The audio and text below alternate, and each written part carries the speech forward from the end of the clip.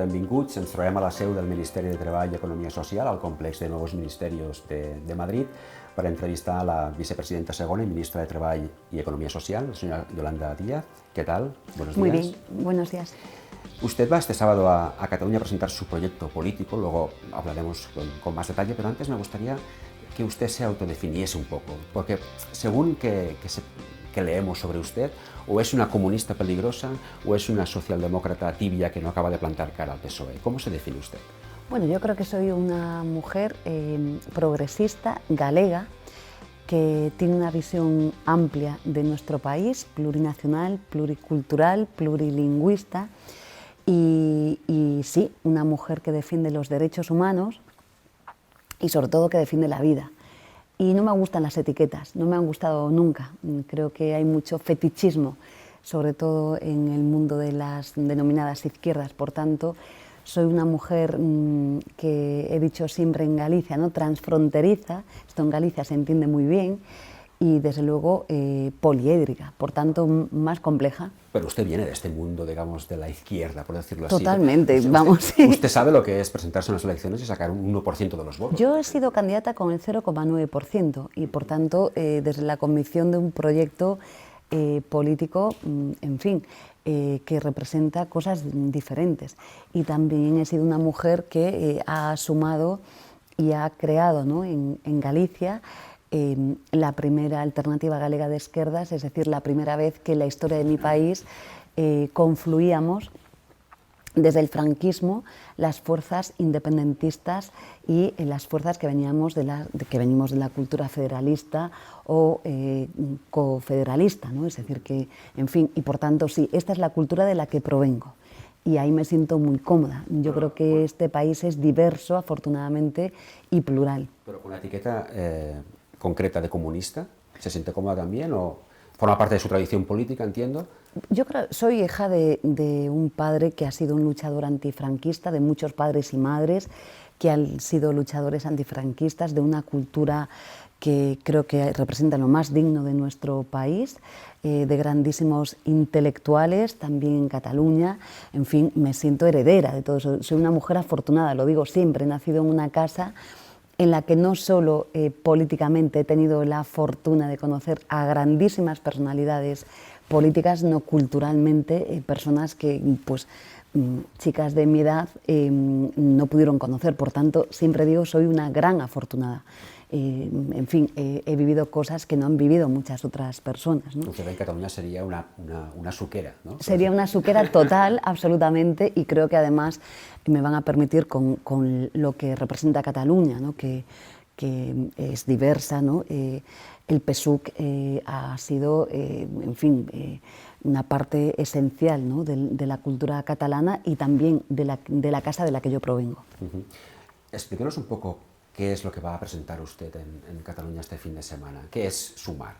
Bueno, Sumar es un movimiento ciudadano tejido, digamos que a muchas manos, sin etiquetas, y cuando digo ciudadano, es ciudadano, que pretende algo fundamental, y es que la ciudadanía abra una enorme conversación con su país, se reencuentre con él, lo reescriba y dé soluciones políticas a los problemas que tenemos en este momento, que son gravísimos, sobre todo porque Sumar va de ensanchar la democracia sobre todas las cosas.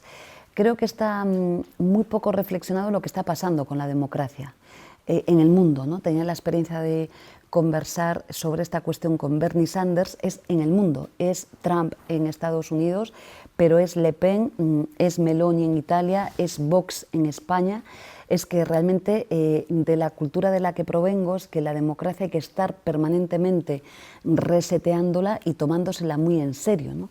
Y cuando digo la democracia lo digo en sentido extenso.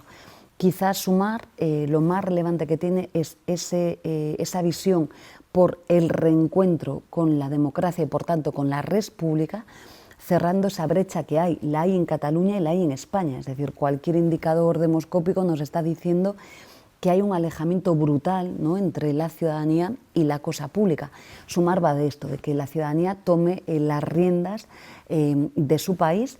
Lo hacemos de manera versátil, por una parte con 35 grupos de trabajo, con personas muy relevantes que coordinan esas materias, es decir, vamos a repensar qué queremos hacer en cada una de las materias, pues en Europa, qué Europa es la que queremos, qué cambios institucionales tenemos que hacer, qué tenemos que hacer en materia industrial, qué tenemos que hacer en materia energética, qué tenemos que hacer con la tecnología, lo van a pensar, lo están pensando ya desde una pluralidad absoluta. Y luego, por otra parte, Sumar se está asentando en todo el país, ¿no? Que es un poco, aquí me estreno yendo a Cataluña y sobre todo lo que voy a hacer es escuchar. Quiero agradecer esta entrevista para dar las gracias a las personas voluntarias, ¿no? que se están acercando a Sumar. Sumar, aprovecho, se puede acercar la ciudadanía a Sumar futuro.info, pueden hacer contribuciones económicas, esto es absolutamente como Senet, ¿no? Es un producto artesanal, lo hacemos con nuestras manos, con nuestro cariño, nuestro afecto. Y bueno, estoy deseando llegar mañana allí y ver cómo respira la gente en Cataluña. Y, ministra, usted ha dicho muchas veces, ¿no?, que quiere diseñar ese nuevo contrato social para la próxima década, pero entiendo que dentro de este contrato social va a haber también propuestas más a corto plazo, ¿no?, para presentarse igual a las elecciones generales del próximo año. Bueno, yo creo que Sumar va de ensanchar la democracia, es como la casa común de los demócratas, y esto, insisto, es muy en serio, esto que nos dice Boaventura Sousa de Santos, ¿no?, que claro, en el siglo XX un trabajador o una trabajadora accedía a un puesto de trabajo y tenía garantizados los derechos de ciudadanía. Hoy no pasa así, la democracia es algo muy serio, ¿no? Bien, queremos hacer esto de ensanchar la democracia, pero vamos a decidir en su momento, no ahora, si queremos ser algo más que un movimiento ciudadano, ¿no? Per se es muy importante, porque lo más importante para cambiar la vida, lo dice alguien que gestiona un ministerio, es tener propuestas políticas. Tenemos que reinventar la democracia, tenemos que dar salidas alternativas. Y a mí me consta, estoy muy sorprendida, me consta que hay un montón de gentes en todo el país que no solo están sumando, sino que están pensando con ideas nuevas, ¿no? Están sacudiendo el país. Yo todos los días me reinvento para dar salidas alternativas ante las distintas crisis que tenemos, y no es fácil, ¿no? Porque un gobernante o alguien que se presente a las elecciones sin imaginación es alguien que no tiene futuro, por tanto va de esto, ¿no?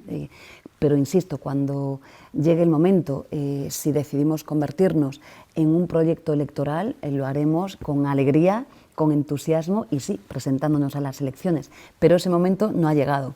Y en este sentido, ¿en qué se parecen Sumar y el nacimiento de Podemos, o en qué se diferencian?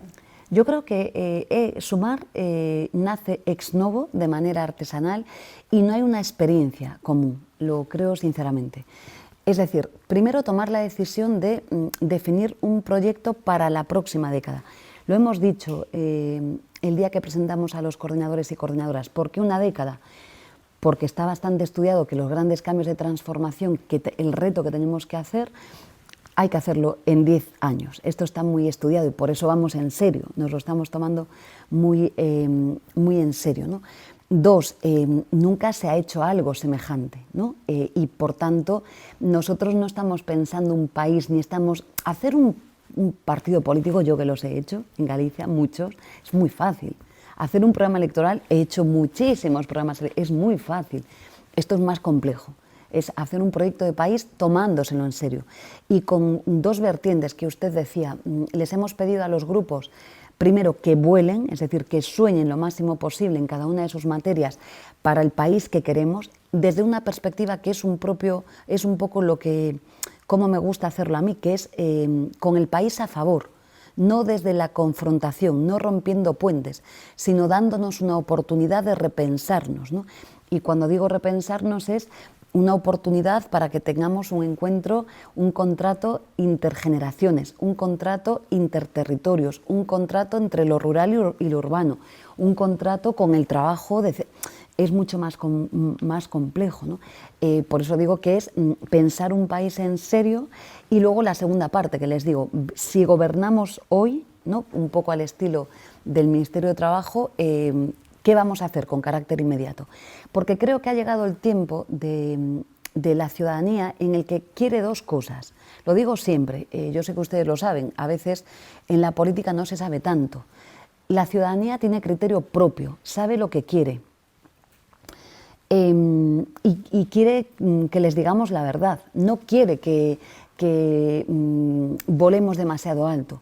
Quiere lo que yo le digo muchas veces a la gente: mire usted, voy a hacer esto, ¿por qué? Pues porque tengo este acuerdo y no voy a poder llegar a más.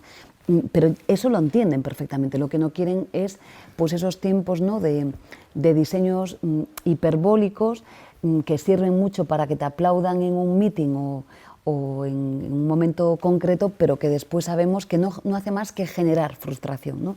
Es esto que conversaba en Chile, ¿no?, con el presidente Boric y con su equipo. Es decir, es que, claro, generamos una serie de frustraciones porque prometemos unas cosas tan elevadas que primero es muy difícil, primero porque necesitas de una correlación de fuerzas determinadas, pero también lo digo siempre, es que aún teniendo una mayoría solvente, la sociedad te tiene que acompañar, es decir, todos los cambios sociales tienen que ir acompasados.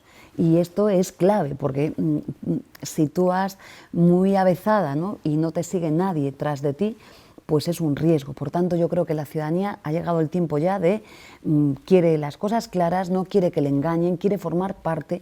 Yo creo que ha llegado ya el momento, ¿no?, de que hablemos de la reforma de una vez por todas, de la reforma electoral, de leyes, de una ley bueno, que sea realmente sí progresiva, de verdad, es decir, que no pase lo de Galicia, ¿no?, que el voto de Coruña cuesta 2 veces más que el voto de Lugo, con todo el cariño para los lucenses y demás, en fin, pero también de la participación ciudadana, de abrir las listas electorales, en fin, de una parte de la democracia también institucional y formal que hay que repensar e ir con fuerza. Me parece que este país quiere eso.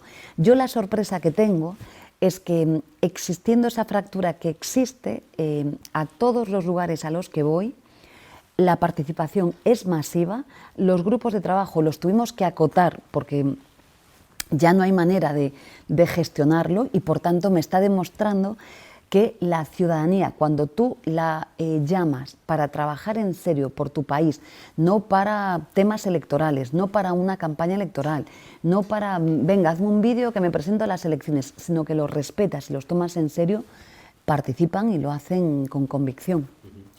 Usted, que es una política con trayectoria, sabe que en política los liderazgos son importantes y los cabezas de cartel, porque al final la gente identifica un proyecto con una persona muchas veces, ¿no? En su espacio político, digamos, Unidas Podemos, veníamos de un liderazgo muy fuerte, digamos, de Pablo Iglesias, de una persona, digamos, que tiene sus seguidores, que tiene su impacto, que quizá, desde mi opinión, tiene un discurso incluso agresivo, pero que una parte de las bases, digamos, aplaudía. Yo entiendo que usted está como configurando con este proceso también un tipo de liderazgo diferente. ¿Qué tipo de líder es Yolanda Díaz? Creo que Yolanda Díaz es la misma de hace 10 años, cuando creo Alternativa Galega de Esquerda y antes. Los periodistas galegos me conocen bien, llevo diciendo las mismas cosas antes y después. Cuando Pablo Iglesias era mi asesor y yo hago Alternativa Galega de Esquerda, decía lo mismo. Yo no he cambiado, soy la misma.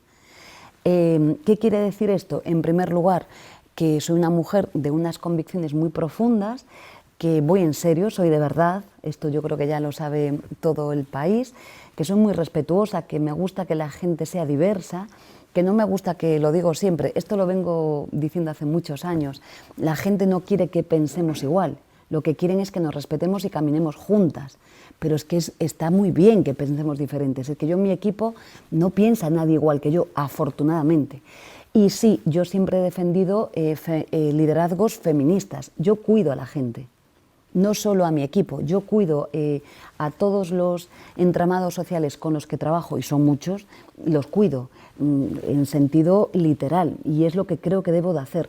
No me gustan los liderazgos mesiánicos, no me gustaron nunca, no lo soy, no soy así, soy más humilde, soy una mujer que tengo enormes dudas, por eso tengo una proximidad muy grande con el presidente Boric, es lo que más me ha gustado de él. Sí, yo dudo, ¿qué le voy a hacer? El otro día con Oliver Lache con nuestro cineasta galego me decía de las cosas que más me gustan de ti, ¿no? Porque dudas, ¿no? Te muestras humana, pero luego tienes una fuerza, ¿no? De la certidumbre en que defiendes, incluso con pasión, muchas de las cosas en las que creo. Pero yo no creo en liderazgos mesiánicos, ni me parecen especialmente democráticos, ni yo supongo que como ustedes, como cualquier ser humano, tiene dudas. Por tanto, soy una más. Y creo que voy a seguir siendo así hasta que me muera, no voy a cambiar. Soy así en mi despacho de abogadas y en el ejercicio profesional. Si hablara a mi equipo, siempre quiero que vengan ustedes a ver cómo discutimos en mi equipo, nadie piensa como yo.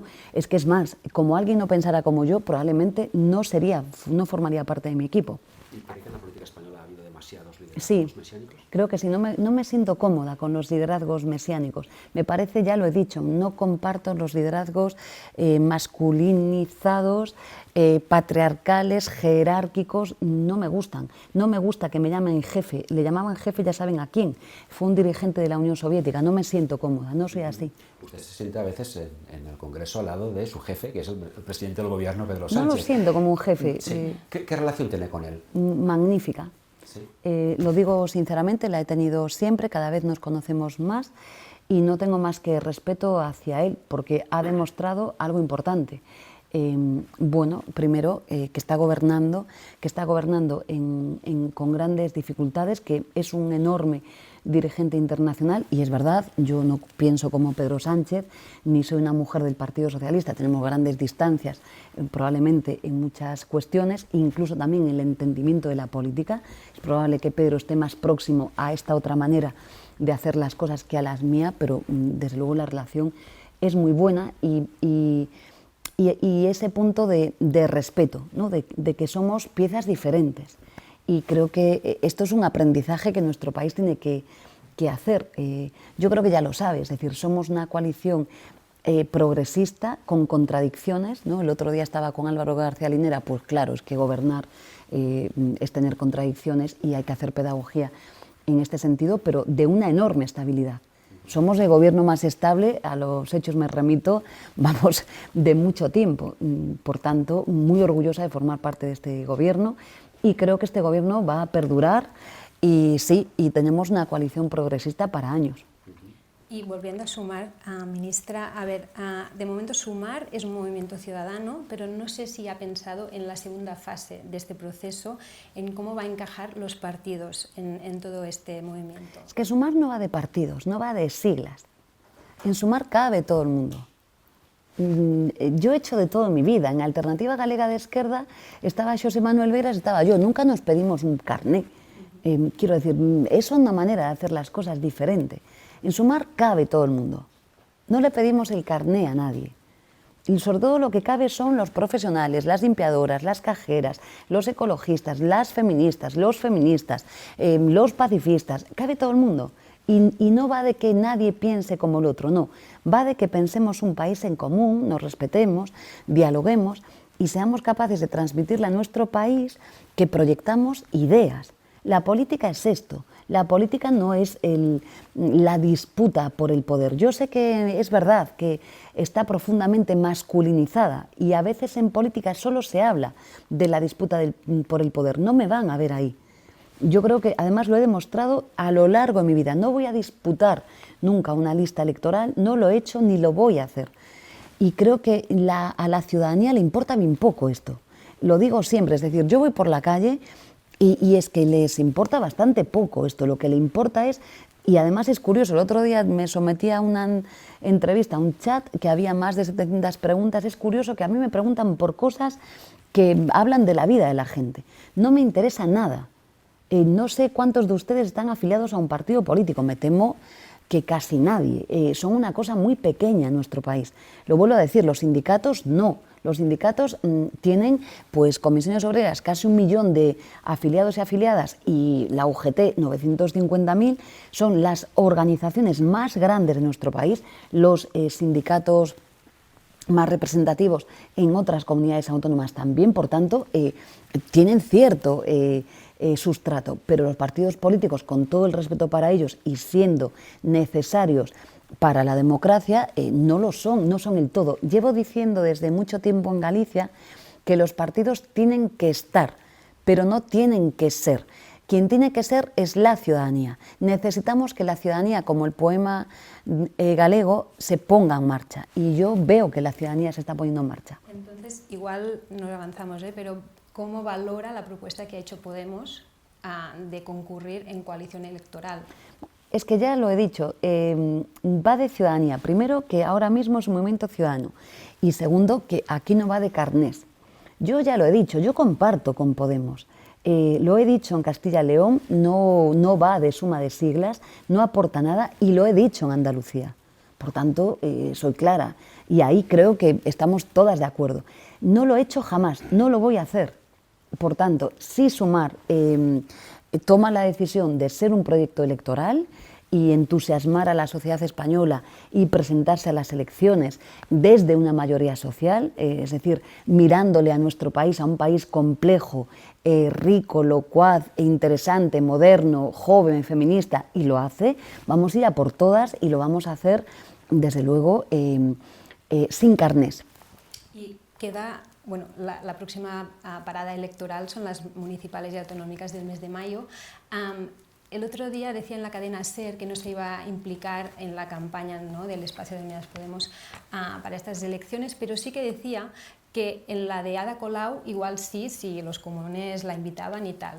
¿Tiene alguna cosa que ver que tome esta decisión el hecho de que en Cataluña hay candidaturas conjuntas, a diferencia de Madrid, por ejemplo? No, no estoy haciendo seguimiento, lo sigo grosso modo en las elecciones municipales y autonómicas, que son de gran importancia para nuestro país. Sin perjuicio de que no me presente a las elecciones, hago un llamamiento clarísimo a la defensa de todos los gobiernos progresistas de mi país. Me van a tener siempre trabajando por los gobiernos progresistas, se llamen como se llamen. Si de mí depende que no gobierne la derecha y sobre todo la extrema derecha, ahí voy a estar, pero obviamente no me voy a presentar ahí. No va tanto de...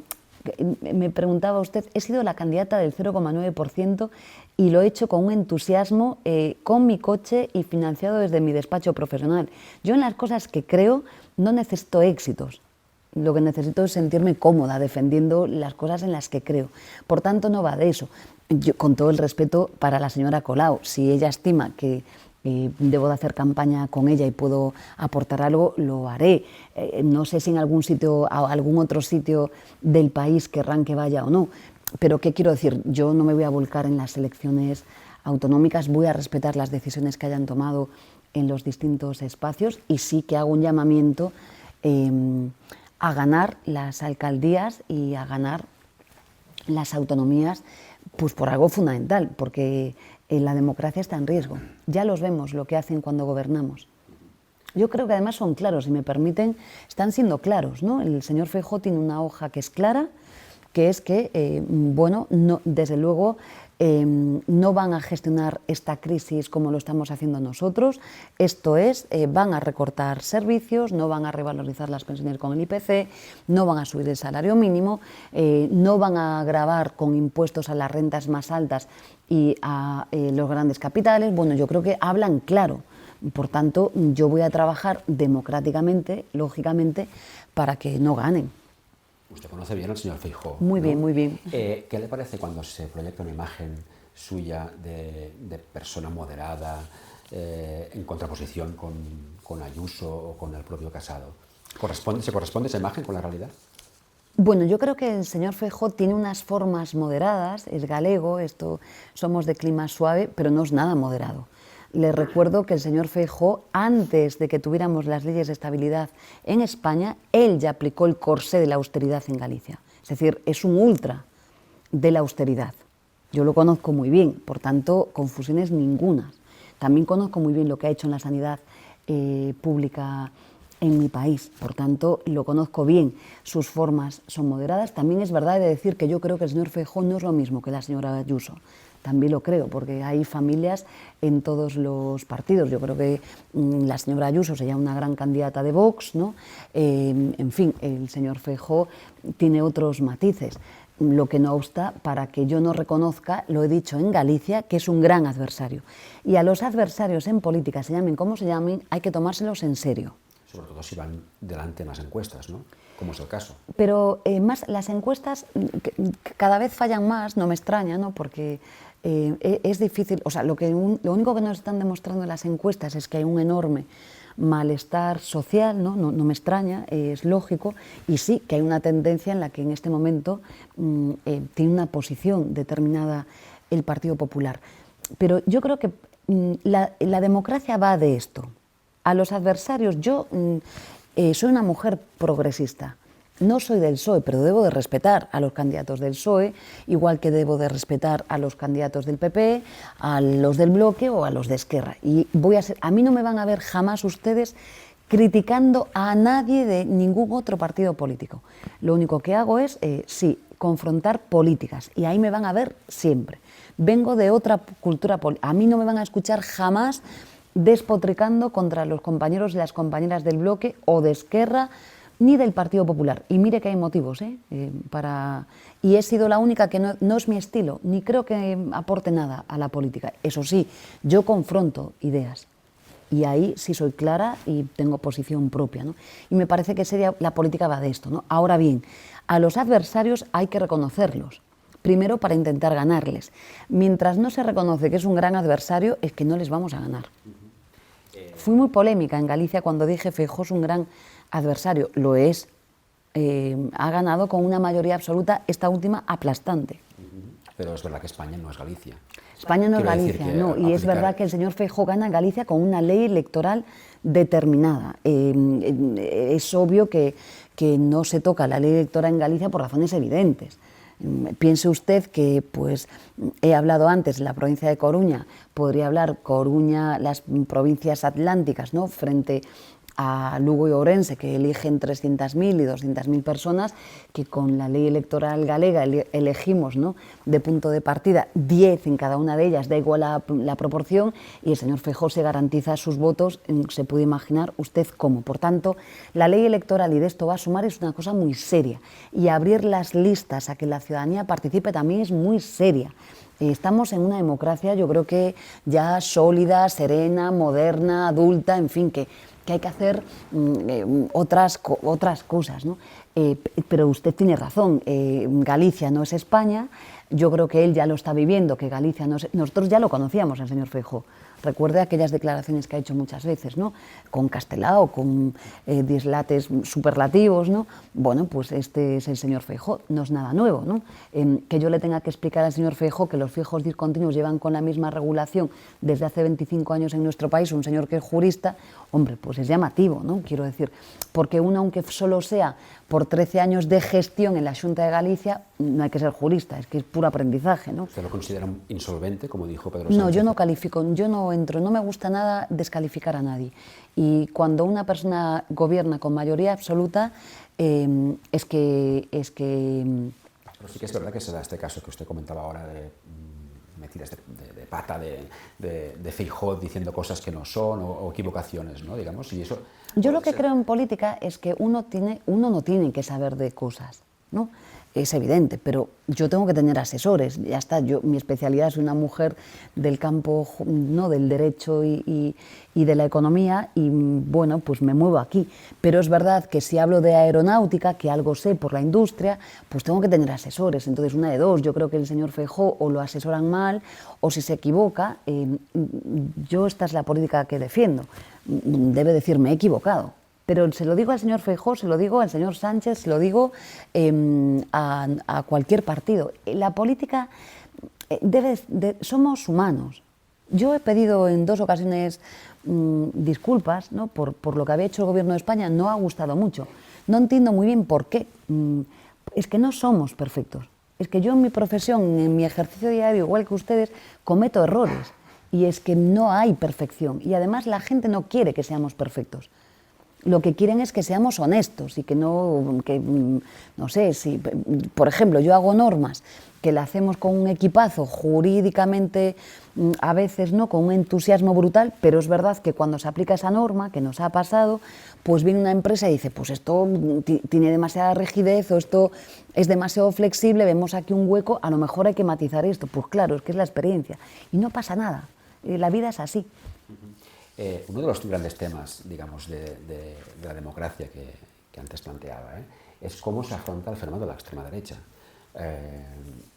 Ahora tienen 50 y pico diputados en el Congreso de los Diputados y escuchamos unos discursos en el Congreso que hace unos años, bueno, era impensable. Solo le invito a que lea la enmienda que ha presentado Vox, el delirio que ha presentado a la ley de empleo. ¿Pero cómo se combate eso? Bueno, esta es una gran... Porque sabe que la izquierda, digamos, no se pone de acuerdo, digamos, hay quien piensa que hay que confrontar, hay quien piensa que hay que... Yo, el primer combate que creo es que a mí me gustaría que nuestra derecha, a la que yo respeto y no la comparto, sí pusiera un muro a la extrema derecha. Esto es la primera reflexión que hago, porque avanzaríamos mucho como país. Yo soy una demócrata, soy una mujer progresista, no soy de derechas ni soy monárquica. Ahora bien, lo primero que me gustaría es que nos tomáramos en serio la democracia, porque va en serio. Las cosas que pasan en nuestro país son muy graves. Son muy graves en Cataluña, son muy graves en el retroceso que tenemos de derechos humanos, son muy graves en las mujeres que nos podemos jugar el derecho al aborto en nuestro TC, no solo en Estados Unidos. Con la democracia y los derechos humanos no se juega. Entonces, ¿qué me gustaría a mí? Una derecha que en el siglo XXI dijera: yo por aquí no paso. Ya tenemos muchas experiencias en nuestro país de franquismo, en Italia, en Alemania, para tomarnos en serio el fenómeno de la extrema derecha. Esto es lo primero que haría. Dos, tengo una intuición. Tengo una gran amistad con un catalán, con Ferran Gallego, a quien conozco de niña, que ha estudiado muy bien el fascismo, y a otros autores, ¿no?, y autoras. Es verdad que no nos ponemos de acuerdo. Yo lo que he hecho de manera intuitiva es no polarizar con ellos. A mí me ha enfadado mucho, ¿no?, porque la repetición electoral ha servido, lo he dicho ya, pues para que Vox tenga 53 diputados. Y esto es muy malo para nuestro país. España ha cambiado. España ha cambiado. Entonces, a mí me preocupa y mucho.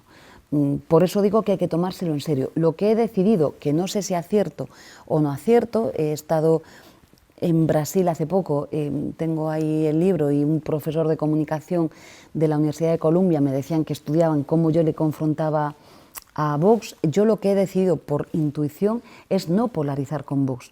Ellos intentaron polarizar conmigo, ¿no?, un poco por el icono o lo que yo puedo suponer en su mundo, y no he entrado ahí. Tenía la intuición de que hay que confrontar con ellos deconstruyéndolos y mostrando quiénes son, y es que son muy peligrosos. En principio ya, porque están fuera del marco constitucional, están fuera del marco europeo. No lo digo yo, lo escriben ellos, y por tanto invito a que lean los textos que escriben, y si hoy gobernaran, pues creo que el derecho de huelga estaría en liza, por supuesto los derechos sociales, no le digo ya los derechos de las mujeres, y muchas más cosas. Por tanto, tengo una intuición de que cuando polarizamos ganan las dos partes, pero hay una parte que gana, y yo he decidido no polarizar. Ahora bien, es una conversación en abierto y sin resolver, ¿no? Pero insisto, sí que creo que nos los debemos de tomar en serio, ¿no?, porque están organizados. Usted sabe lo que dice el PP sobre esta cuestión cuando se le pregunta, ellos ponen en el mismo plano, digamos, a Vox y a Unidas Podemos. Dicen: nosotros pactamos con Vox, igual que el PSOE pacta con Unidas Podemos, con Esquerra, con Bildu, que también están en contra de la Constitución, están en contra... Yo sé perfectamente que los dirigentes del Partido Popular, digan lo que digan fuera, saben perfectamente que Unidas Podemos somos formaciones políticas democráticas, que no vulneramos los derechos fundamentales, y saben perfectamente que Vox no lo es. Y sí que pediría que no frivolicemos con esto, porque el espacio político al que yo formo parte somos formaciones políticas absolutamente democráticas. Y como siempre hago con mi cultura política, no hay más que remitirse a nuestros textos. Yo me tomo la molestia, primero porque me fascina, de leerme los programas y las cosas que escriben en los partidos políticos. E insisto, desde luego nosotros, los derechos humanos y las cuestiones fundamentales en nuestro país las respetamos. Las personas de Vox están extramuros. Déjame cambiar de tema. ¿Recuerdas de dónde estaba el 1 de octubre del año 2017? Sí, en mi casa. Lo pasé muy mal, sí. ¿Cómo fue? Creo que estaba con mi padre. Bueno, pues con un enorme dolor. Con un enorme dolor. Creo que estaba con mi padre, es verdad. Estaba en casa de mi padre, creo, en Oleiros, sí. Era diputada. Bueno, y conversando con Xavi Domènech y con los compañeros catalanes, con un enorme dolor. Dramático. Son escenas que creo que nunca más debemos de volver a ver. Soy una demócrata por encima de todas las cosas.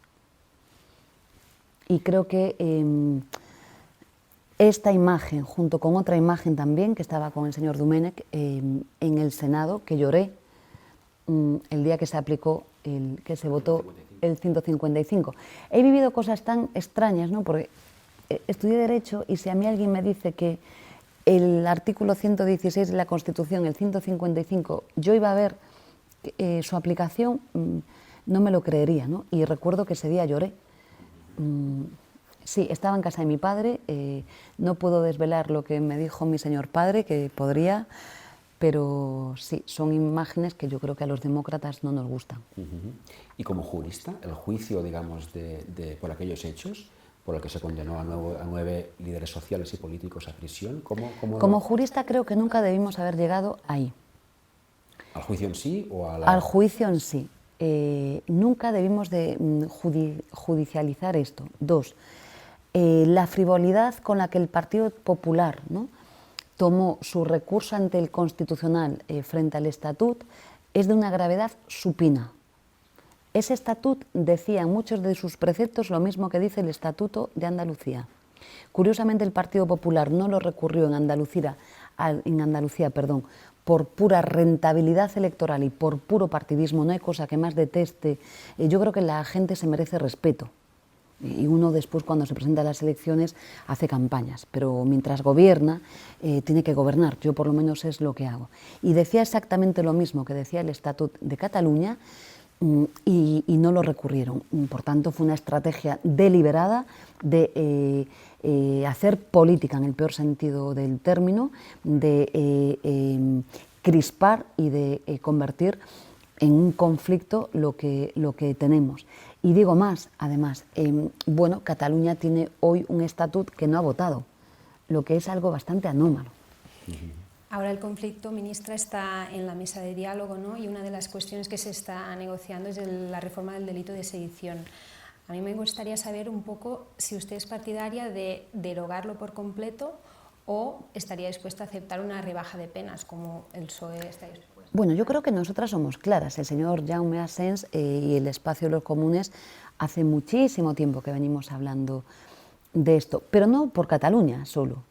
Es que son tipos penales que tienen disfunciones, digo, en el derecho comparado europeo. Por tanto, per se ya merecerían, igual que otros tipos penales de nuestro Código Penal, que merecen...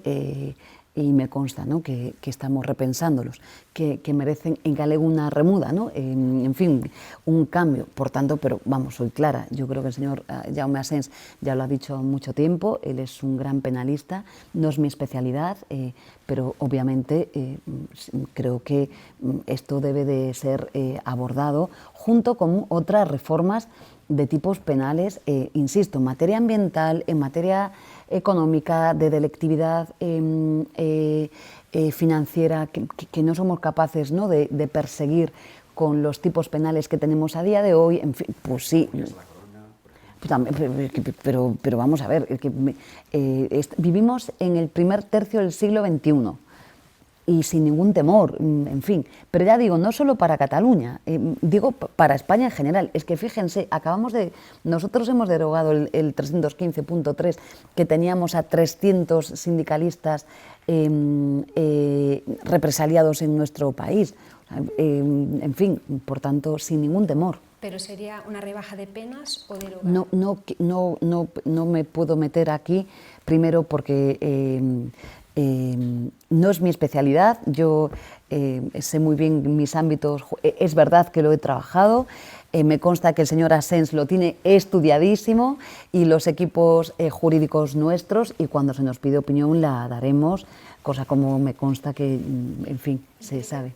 ¿Tiene que estar listo, esta reforma estará lista antes de que acabe el año? El Gobierno de España está trabajando en esa mesa de diálogo, tengo que ser prudente. Por tanto, yo creo que vamos a avanzar, creo que damos muchos pasos que a veces no se ponen en valor. Lo digo de verdad, desde mi visión como galega, ¿no? Probablemente es otra. Yo creo que desde el noroeste peninsular se ve de otra manera las cosas que probablemente no desde otros sitios de España, pero estamos avanzando, es decir, pues los indultos están ahí, son realidad, se ha cumplido la palabra, es un paso imprescindible, lo fue. Estamos avanzando en cuestiones lingüísticas, que lo vuelvo a decir, a mí ya me gustaría como galega que también se hicieran, ¿no? En fin, lo digo claramente y creo que con la prudencia que debo, ¿no? y con la reserva que debo, yo creo que se está trabajando con seriedad. Soy una gran defensora del diálogo, la política es esto, y no hay otra herramienta. Lo que hemos vivido con el PP ya sabemos lo que es. Hace pocos días Esquerra defendía el pacto de claridad que los comunes pusieron encima de la mesa hace ya unos años. Yo misma formé parte de eso, sí. Ahora que Esquerra también defiende este pacto de claridad, ¿cree que se tendría que abordar en la mesa de diálogo, por ejemplo? Bueno, yo jamás, primero, respeto absoluto a los catalanes, no me compete a mí decir lo que tienen que hacer los catalanes y las catalanas. Esto lo sé muy bien, porque me molesta mucho que desde Madrid nos digan lo que tenemos que hacer. Por tanto, yo respeto absoluto al gobierno lo que debe de hacer. Es verdad que, hombre, digo, pues es verdad que las ideas que desde nuestro espacio se han puesto encima de la mesa parece que van caminando, ¿no? Porque al final hasta Esquerra, ¿no? se aviene a esas medidas. Yo no sé, creo que quedan cosas por hacer. A mí me parece que tenemos que avanzar más en la mesa de diálogo, pero insisto, no me compete a mí. Creo que respeto para la señora Albiach, para Esquerra, para los catalanes y catalanas que estimen lo que... Como gobierno, ¿no? ¿Usted sería partidaria de ponerlo encima de la mesa, esta propuesta? Es que no debo de ser yo. Yo soy una mujer que dialogo, lo digo siempre, se lo pueden imaginar ustedes hasta con el diaño que decimos en galego, ¿no? Con el diablo. Yo creo que se puede hablar de todo. Y además me siento siempre en las mesas sin vetos, y cuando digo esto es sin vetos por todas las partes, porque es que uno no se puede sentar a hablar, pero no me compete a mí decir lo que quieren hacer los catalanes y las catalanas. Déjame preguntarle, usted, digamos que entiendo que usted no es independentista. No soy independentista. Pero ¿usted entiende que una parte de la población de Cataluña se quiere independizar de un Estado como España? Digamos, ¿eso lo entiende? Que exista, digamos, esa percepción. Y ya no hablamos de temas identitarios o lingüísticos, incluso temas como el funcionamiento de Renfe, de las cercanías. ¿Cómo no lo voy a entender si soy de una comarca en la que no tiene conexión ferroviaria con Coruña, estoy a media hora, y la última inversión como Extremadura fue en 1913? Lo entiendo perfectamente. Por tanto, vamos a ver, en primer lugar, lo entiendo y lo debo de entender porque soy una demócrata y la gente vota. Por tanto, esto es fundamental en la cosa pública, entender que la gente vota y tiene derecho a votar a quien estime y tiene derecho a ser tratada con respeto. Lo primero, esto por razones evidentes. Y dos, claro que cómo no lo voy a comprender, yo soy galega, y falo galego y defiendo la plurinacionalidad y defiendo el plurilingüismo y la pluriculturalidad, por tanto lo entiendo perfectamente. Tengo grandísimos amigos. Ahora bien, yo no soy independentista y yo quiero que los catalanes formen parte de nuestro país, y si puedo ayudar para que esto sirva y si puedo sumar para que esto sea, lo haré. Pero soy una demócrata, lo entiendo perfectamente. Por ejemplo, con la comparación con las inversiones que hay en Madrid, por ejemplo, ¿no? Que aquí se está construyendo. Es que a mí me enfada esto un poco. Un día se lo dije a Tardá, que me habló de conexiones ferroviarias, y yo soy gallega. Si yo le hablo de nuestras conexiones ferroviarias me pongo a llorar. Entonces, ¿cómo no lo voy a comprender? Lo dice alguien Cataluña es un poco más rica que nosotros. Esto es ironía, digo, es bastante más. Entonces, pues ¿cómo no lo voy a comprender? Si es que si yo ejerciera de galega aquí, diría, caray, si es que, en fin, ¿no? Los agravios o las deudas históricas, nosotros también tenemos deudas históricas, ¿no? Por tanto, claro que lo comprendo. Y comprendo que Extremadura, que es... absolutamente tiene razón en su reivindicación. ¿Cómo no lo voy a comprender? Pues claro que tiene razón Extremadura para reivindicar su tren, faltaría más. Sí. Sobre el tema de Cataluña es más rica, digamos, es verdad que los datos macros son esos. Un poquito más, sí. Pero yo recuerdo un artículo hace muchos años ya del presidente Montilla, en su época, que decía, cuando hablaban del sistema de financiación, que en Cataluña había más pobres que habitantes en Extremadura, por ejemplo. Ya. O sea, quiero decir que al final,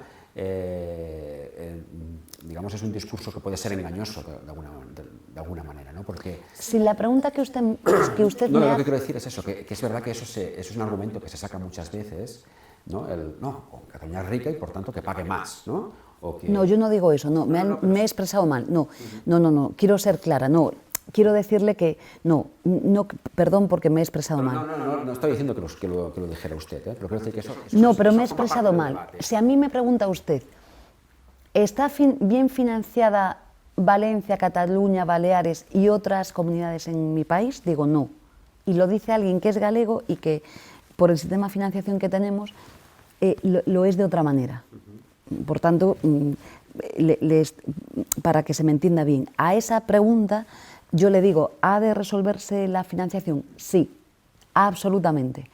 Ahora bien, es verdad que lo que yo le comentaba en la conversación que tenía en una comparecencia que tuvo el señor Tardá, Galicia tiene unas necesidades brutales frente a otras comunidades autónomas. Y digo en ese sentido que es más pobre que Cataluña, pero no a efectos de financiación, que yo defiendo una financiación justa en todo el país. Y soy consciente, fíjese, mi primera defensa como diputada, la primera, la pueden repasar ustedes, en el Congreso de los Diputados fue una intervención sobre la defensa de la financiación valenciana.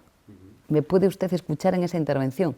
La peor comunidad autónoma financiada es Valencia. Yo hablo con el rigor, no hablo con la pasión, que soy una mujer apasionada, pero es verdad que Valencia, Baleares y Cataluña no están debidamente financiadas. Por tanto, a la cuestión, yo soy partidaria de que esto se resuelve. Hablan la misma lengua, digamos. También, sí, pero sí, ya es verdad. Es curioso, digamos. Es curioso, pero me refería en el sentido de que Galicia tiene atrasos muy potentes, en fin, desde hace mucho tiempo. Hay un autor gallego, que no sé si conoce, que se llama Óscar Pazos, que leí un libro que se llama, me parece que era Madrid es una isla, y que explicaba que Madrid se había convertido en una especie como de agujero negro que iba, digamos, absorbiendo recursos. No debo de opinar a ese respecto, porque vivo aquí en Madrid y me han acogido, pero yo creo que tenemos que conseguir que nuestro país cuente con Madrid, pero cuente con Galicia, con Extremadura, con Andalucía, con Cataluña, con Valencia,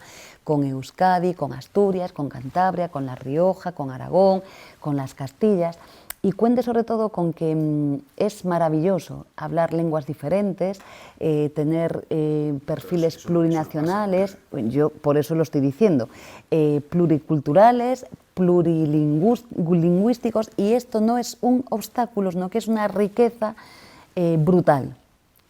Y yo no quiero una España pequeñita, quiero una España grande, en la que quepamos todos y todas. En la España que dibujan estas personas caben muy poquitos, caben en la Plaza de Colón, y eso no es España. Los 12 de octubre de otro día no son España, o no son representativos. Yo creo que los de 12 de octubre son España, pero no son toda la España, pero hablo claro, es decir, la España que yo veo es una España inclusiva, una España alegre, una España en la que se pueda hablar galego, catalán, euskera, que puedas estudiar en Extremadura galego, catalán, no pasa nada, es verdad. Sí, sí. ¿Por qué mi hija puede estudiar inglés y francés en su colegio y no puede estudiar catalán? ¿Por qué? O sea, no sé cuál es la razón. O sea, no sé. ¿Y en esa España que usted dibuja se podría hacer un referéndum, por ejemplo, como se quería hacer en Cataluña? Yo soy una demócrata. No sé si soy clara. Y le acabo de decir que entre las reformas que defiendo creo que tenemos que ir a modelos en los que acrecentemos la participación ciudadana y por tanto ningún temor a nada. Pero aquí hay un debate de fondo que es cuál es el demos de esos referéndums y de esas consultas. O sea, el debate de fondo es, ¿tiene Cataluña derecho a decidir su futuro? Si eso se formulara, yo diría mi opinión sobre cuál es el demos. Lo que conozco a día de hoy es un artículo, el 92, que dice, hablo de la Constitución española, que dice lo que dice. Y luego hay múltiples discusiones. Hay juristas que dicen, pues es necesario desarrollar el 92. Hay juristas que dicen, pues no es necesario desarrollar el 92. Dice que se pueden hacer consultas o referéndums consultivos. Pero más allá de eso hay una discusión después, ¿no?, sobre cómo se podría hacer esto. Bueno, hay muy poca experiencia en nuestro país en hacer estas cosas, pero en fin, yo creo que la Constitución española es un todo, no es por partes, no es, no, yo me quedo con el título preliminar, el título octavo y ya está, el título 2 y no sé qué más, por decir algo, ¿no? No sé cómo se plantea el Gobierno a partir de ahora la negociación de presupuestos, cómo va a abordar, ¿no?, a reclutar de alguna forma socios como Esquerra Republicana, o Bildu o PNV. Bueno, yo lo primero que quiero decirle es que es muy difícil que decirle no a estas cuentas públicas. Habría que explicarlo, porque es decirle que no a que le bajemos los impuestos a rentas salariales hasta 21.000 euros, que son 12 millones de trabajadores y trabajadoras en nuestro país. Es decirle que las grandes fortunas a partir de 3 millones de euros paguen más. Es decirle que no a que le bajemos 2 puntos a los autónomos y a las pequeñas empresas en nuestro país. Es decirle que no a que bueno, esos agujeros fiscales que tiene el impuesto de sociedades que permite, ¿no?, que las grandes corporaciones no solamente no paguen, sino que hagan todo tipo de ingenierías fiscales, pues que las paremos.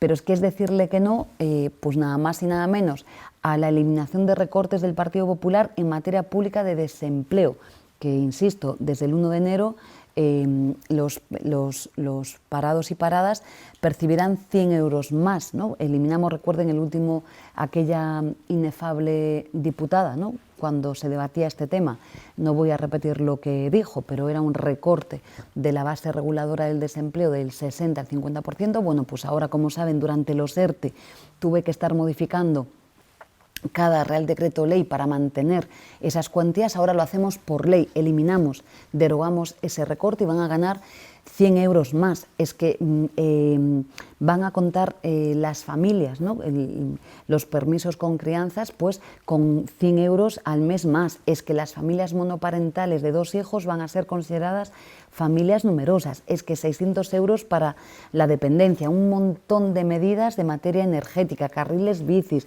en fin, puedo estar así hasta mañana. Es muy difícil que no. Y un 25% más de inversión militar. Bueno, yo creo que nuestra posición es muy conocida. Nosotros tenemos una discrepancia con el Partido Socialista, creo que lo hemos resuelto de una manera muy inteligente, y es que nuestro empeño en la negociación fue que ese incremento no fuera el techo de gasto, porque ustedes saben que si ese incremento iba al techo de gasto, competía con otras partidas y por tanto iba a suponer un recorte en las otras materias, ¿no? El incremento en el Ministerio, las únicas partidas que bajan este año son las del Ministerio de Trabajo y Economía Social, pero las demás todas suben, ¿no? El Ministerio de Sanidad, con la que está cayendo, las becas, no sé, en fin, es difícil desde una mirada progresista, salvo por puro partidismo, decir que no. Y yo creo que la ciudadanía no está para que los políticos hagan ruido, está para que construyan. Ahora bien, es verdad que hay que negociar, como todo, hay que negociar con el PNV, con Bildu, con Esquerra, con el Bloque, con Teruel Existe, con el señor Baldoví, con Compromís, con Más Madrid País. Pues, claro, pues esto es la democracia, ¿qué le vamos a hacer? Y lo haremos. Los Esquerra ya han rehecho las relaciones después de, digamos, el encontronazo Yo con la tengo una reforma laboral? magnífica relación con Esquerra siempre, y además no tengo más que agradecimiento a Esquerra porque me ha apoyado siempre, ha decidido votar que no en la reforma laboral. Yo creo que es un enorme error, lo he dicho el otro día, tuve la oportunidad en la comisión, en la comparecencia, ¿no?, de decírselo. Creo que es un enorme error porque han propuesto una reforma laboral ahora en la que, lo he dicho, les agradezco porque la he estudiado, no tocan una coma de la reforma actual, por tanto están de acuerdo con lo que se ha hecho y por tanto lo que les faltaba eran algunas cosas, pero en mi cultura política, si no hay nada con lo que estés en contra, hombre, no sé si tienes que votar que sí, pero desde luego votar que no con Vox y con el PP, o a riesgo de que volviéramos a la legislación del PP, yo creo que es un error, pero oiga usted,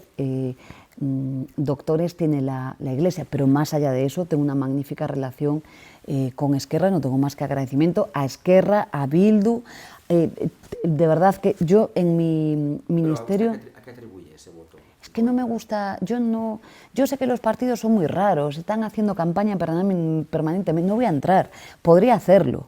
Yo sé, como he dicho en esa comisión, lo que le he ofrecido a Esquerra. Y lo que me ha dicho a mí el PNV, caray, si me ofrecieras a mí lo que le ofreces a Esquerra, pero soy una señora y no lo voy a hacer público. Pero respeto a todas las formaciones políticas. Lo que sé es que la reforma laboral está funcionando. En Cataluña también. Y cuando esto es como lo del PP, si uno ve que funciona, pues, pero no es por el gobierno de España, es por ellos. Es que es muy digno y muy decente decir, pues está funcionando. Es que hay votantes de Esquerra que le han hecho indefinido. Hay hijos de votantes de Esquerra que le han hecho indefinido, pero que no lo digo yo, me lo dicen a mí. Y estoy segura que mañana que estaré en Barcelona y en otros lugares de Cataluña me lo van a decir, porque que no hacen más que decírmelo por la calle.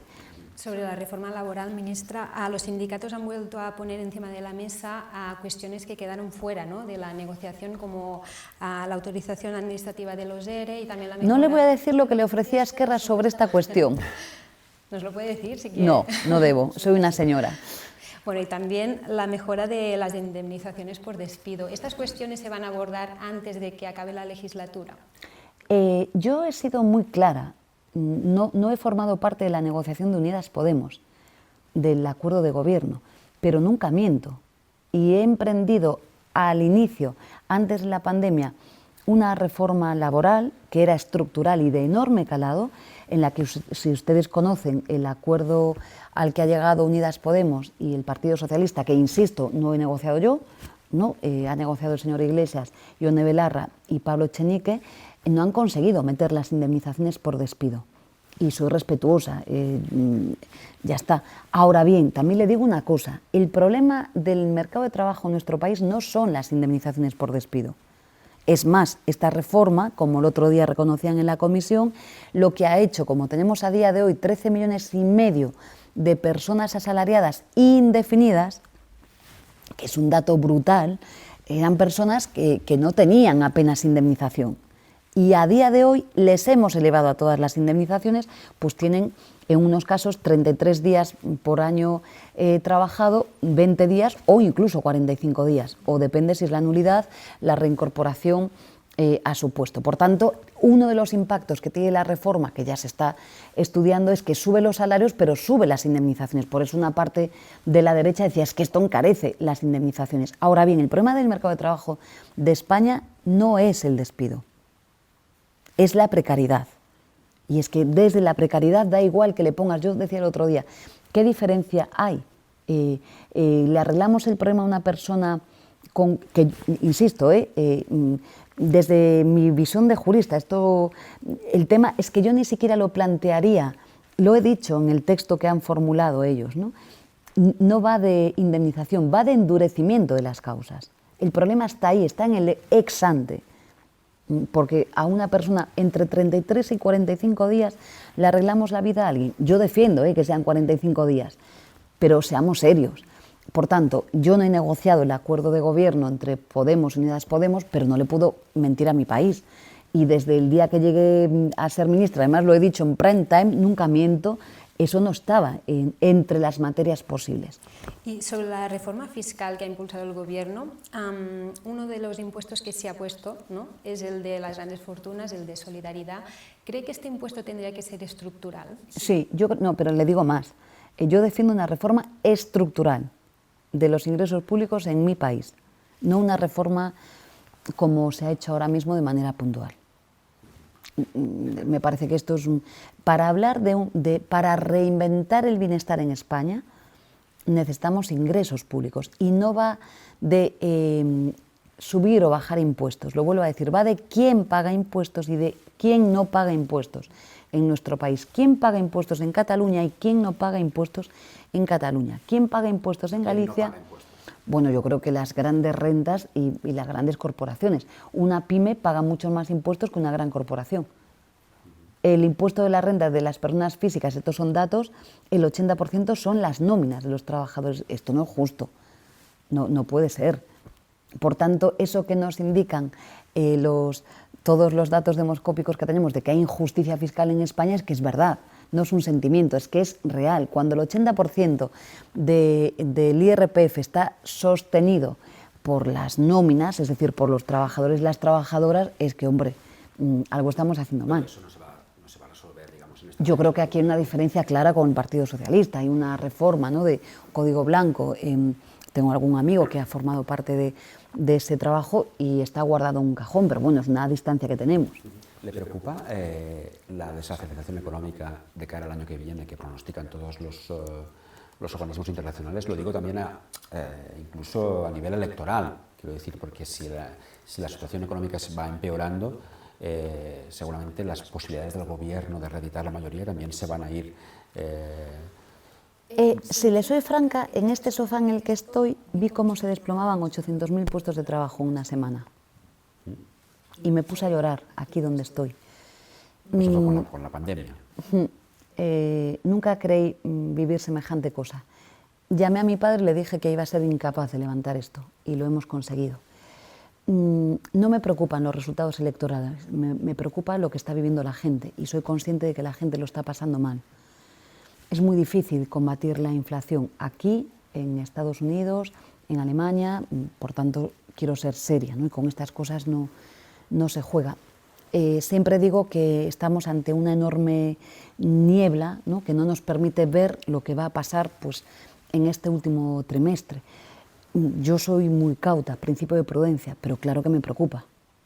Decía el otro día, ¿no?, pues hay unos estudios sobre qué sucede, por ejemplo, en Alemania, si vamos en Alemania a una recesión técnica y, por tanto, con un impacto menor, ¿no?, en el tejido productivo y en el empleo, o si vamos a una recesión, pues en Alemania, pues claro, el efecto no solo me preocupa, sino que también, créame, me va a ocupar. Es decir, la certeza que quiero transmitir es que ya lo hemos hecho y volveremos a hacerlo. Es decir, no vamos a dejar caer a nadie. Eso fue lo que hizo el Partido Popular, bajar los salarios y deprimir nuestro país. Y por eso hago un llamamiento a los agentes sociales a que se sienten a negociar las rentas salariales en nuestro país. Es imprescindible, lo digo con claridad, porque justamente necesitamos, ¿no?, que... En absoluto, por eso vuelvo a decirlo clarísimo. Llevo desde el verano diciendo que vuelvan a la mesa de la ANC, de la que se han levantado desde el 5 de mayo. Es una grandísima irresponsabilidad. ¿Por qué cree que lo hacen? Bueno, por puros intereses. ¿Intereses o intereses políticos también, entiendo? Supongo que todos, pero ya, si lo hacen por intereses políticos, lo dice alguien que ha gestionado una crisis solventando problemas, me parece todavía más grave. Y por eso he dicho que los sindicatos están defendiendo el interés general. Por tanto, me parece que es muy grave lo que está pasando. Y aprovecho la entrevista para volver a decirles que vuelvan a sentarse en esa mesa, porque todos ustedes dependen de esa subida salarial, porque el impacto de la inflación es real. y es verdad que estamos tomando muchas medidas, pues tener el transporte de cercanías, de medias distancias, gratuitos, claro que impacta, ¿no? Me decían el otro día, pues amigas mías entre que van, ¿no?, a trabajar desde Coruña a Santiago en tren, pues el impacto de la inflación lo estamos cubriendo, ¿no?, con la gratuidad, pero la gente lo está pasando mal, por tanto esto va en serio. Déjeme hacerle ya una última pregunta. Usted, que ahora es vicepresidenta segunda, por tanto está en el núcleo del poder del Estado y lo ve cómo funciona. ¿Usted se ve de presidenta del Gobierno? Es que no pienso esas cosas. Ahora le digo una cosa, a mí me encantaría pero no que... piense yo, que soy un periodista, vale, porque Ya, digamos, no sé, las posibilidades que tengo yo de llegar a presidente del Gobierno son mucho menores que las que tiene usted. Digamos que ahora ya es vicepresidenta segunda, o sea, casi por un tema... Bueno, a mí lo que me gustaría, y ahí soy muy franca, es que en mi país tengamos, no sé, por fin una mujer presidenta del Gobierno, y ahí me van a tener, vamos, me fascinaría. Sí, Gran Bretaña no tienen una primera ministra y no sé si es... Bueno, pero con todo tenemos derecho a estar. Sí, está claro. Porque sí, igual sí. que antes estaba Boris Johnson, quiero decir, Sí, y él sí, estaba, eso es quiero verdad, decir, sí. primero tenemos derecho a estar, esto es lo primero. Ahora, que a mí me gustaría que fuera una mujer progresista, pues evidente. Ahora bien, a mí, igual que formo parte del primer gobierno de coalición de la historia, ¿no?, de España, pues me encantaría que tuviéramos una mujer presidenta del Gobierno, sí, que fuera feminista y que fuera progresista y ecologista, porque esto también es Todo eso importante. lo es usted, ¿no? Curiosamente. Y madre de mi hija Carmela, soy muchas cosas, y galega. Muy bien, pues muchas gracias, vicepresidenta, por Un placer. atendernos. I a vostès, fins a una propera entrevista. Moltes gràcies.